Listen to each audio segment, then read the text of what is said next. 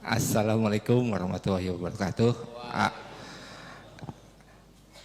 Saya dengan ceramah ini terkait dengan kehidupan saya yang baru-baru terjadi. Saya sering berdoa, minta sehat, minta selamat, tapi ternyata kan sakit Nah ini apa kita nggak usah berdoa atau bagaimana nih Kalau nggak berdoa, Bapak udah kejang-kejang. Saya mau dapat rezeki, minta doa, tapi nggak dapat. Kadang-kadang dapat. Nah itu apa kita nggak usah berdoa atau seperti apa? Terima kasih ya.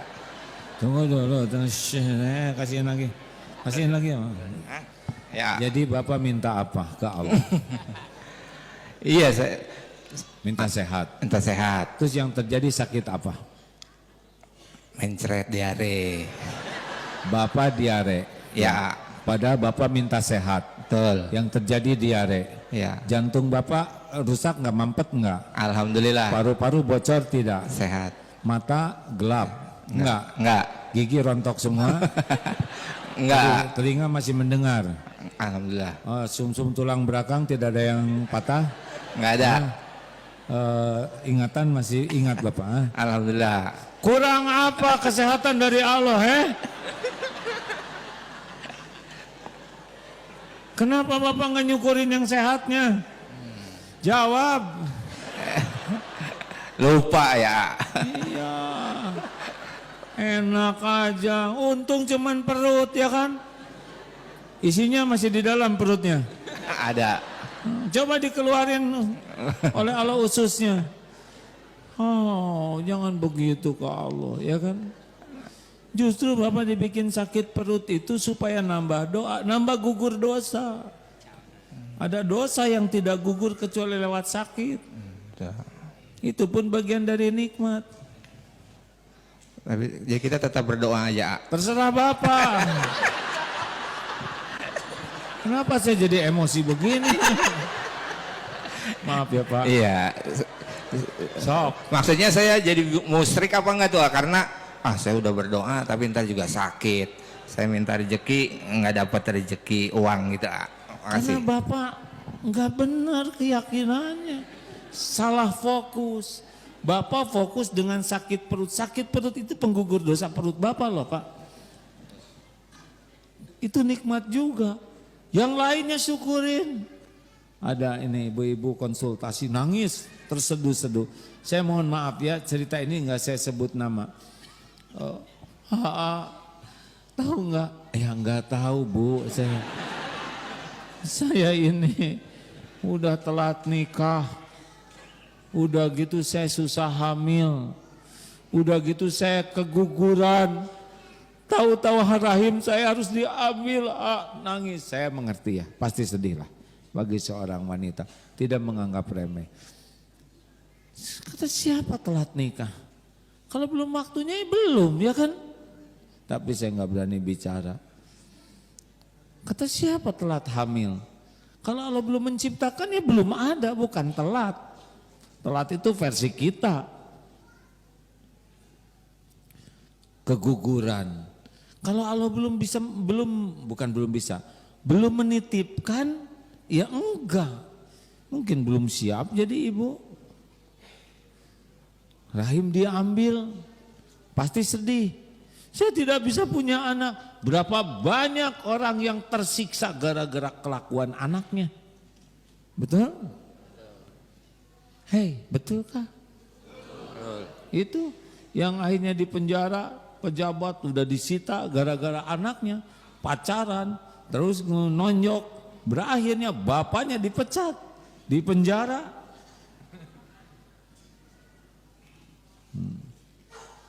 Gimana ya? Ya Bu, saya paham pasti ibu maaf ya kalau jantung ibu masih ini.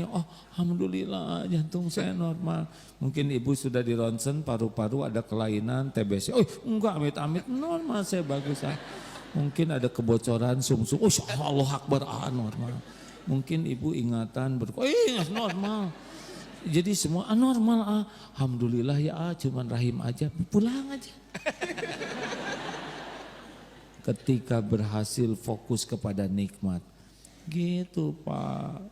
Bapak minta rezeki. ke Iya. Allah. Terus hasilnya gimana? Kadang dapat, kadang enggak. Bohong. Bohong. Terkadang napas, terkadang enggak gitu Pak. Napas rezeki bukan? Rezeki ya. Jadi Bapak berapa hari nggak dikasih napas oleh Allah?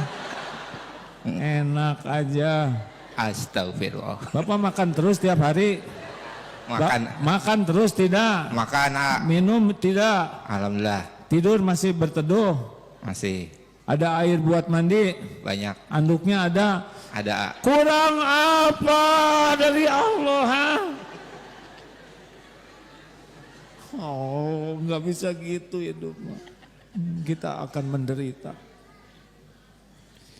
Kalau kita ingat terus kebaikan Allah, maunya nangis saja. Sejelek kelakuan kita, sholat ngaco, tidak pernah khusyuk, ngaji nggak ngerti, jarang, amal jarang ikhlas, maksiat jalan terus, rezeki ngalir setiap waktu. Makanya kalau kita kurang tafakur terhadap karunia Allah, udah jadinya kufur nikmat. Terima kasih atas pertanyaannya Pak, karena Bapak mewakili semua yang hadir. Makanya saya emosional Pak, sebetulnya targetnya bukan Bapak Pak. Kalau ke Bapak saya berterima kasih, karena sudah Allah tahu banyak di sini yang kufur nikmat. Makanya digerakkan Bapak nanya seperti ini. Dan saya dengan leluasa melakukan tonjokan-tonjokan yang paten. Terima kasih Pak. Hah? Terima kasih. Jadi gimana sekarang, gimana Bapak jadinya sekarang? Masih mau doa atau kapok? Alhamdulillah doa terus. Doa yang banyak, makanya doanya doa minta syukur Pak, bukan minta duit melulu. Dikasih duit nggak tahu syukur bisa jadi musibah. Jadi mintanya Allahumma a'inni ala zikrika wa syukrika. Gitu. Oh syukur lah. Ya. Bapak saya lihat masih hidup ya? Nah, syukur Pak. Alhamdulillah.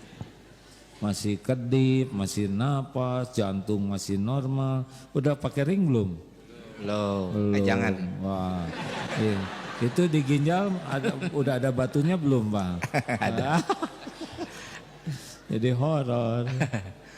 Kalau menyesal boleh nggak? Nyesel apa? Ya kan kemarin masa COVID, kita udah berdoa, udah pakai masker dan lain-lain, kita kena COVID juga, akhirnya kita menyesal. Aduh, kenapa saya main ke sana, kenapa saya gini gitu. Daripada menyesal mending tobat, ya kan? Itu mah kayak gini Pak. Ini mah kayak gini lagi jalan, genteng jatuh kena jidat. Saya nggak terima nih. Nggak mungkin nggak terima. Itu tanda terimanya udah jelas benjut kayak gitu. Kita kena COVID itu karunia Allah supaya digugurkan dosa kita. Udah, kalau memang kita bakal kena COVID itu bukan pilihan virus, COVID itu pilihan Allah. Si virus mah nggak ngerti apa-apa dia mah. Cuman bagian bertasbih we terus. Sama seperti cancer, kanker gitu. Dia mah nggak ngerti apa-apa, cuman gitu kerja dia mematuhi apa yang Allah perintahkan. Makanya kita berlindung terus ke Allah ya. Bu, Pak. Ada yang mengatakan jangan takut sama virus, takutlah kepada Allah. Ini benar. Cuma apakah tepat atau tidak? Perkataan ini benar. Coba dia yang ngomong seperti itu sekarang dikumpulkan dengan singa, ya. Dia ngomongnya sama enggak? Buat berkeliaran singa dia. Mau lari kemana Pak? Jangan takut dengan singa. Gak bisa. Jadi ngomong begitu tuh karena virusnya kecil-kecil Pak. Coba virusnya sebesar kambing, beda itu Pak. Jadi begini, itu perkataan tadi benar, harus takut ke Allah. Jadi gini, Banyak orang takut digigit anjing. Yang benar adalah takut Allah mengizinkan anjing menggigit kita. Ada bedanya tidak? Berarti anjingnya dalam kekuasaan Allah. Takut, saya itu takut hantu. Mungkin dirubah dikit, takut Allah mengizinkan hantu, bisa gitu. Saya belum pernah lihat hantu, ada gitu hantu tuh. Mungkin bisa jin, kan ada setan yang yang ditangkap. Siapa yang baca ayat kursi itu yang kuyul atau apa? Itu terjadi dengan izin Allah juga. Ular ngebelit izin Allah, kesambar petir izin Allah. Semuanya izin Allah. Jadi kita berlindung kepada Allah. Allah tiap pagi harus baca doa. A'udzu bikalimatillahi tammah min syarri ma khalaq. Itu harus dibaca tuh. Karena kalau baca itu, saya berlindung kepada Allah. A'udzu bikalimah, dengan kalimat Allah yang sempurna dari kejahatan makhluknya.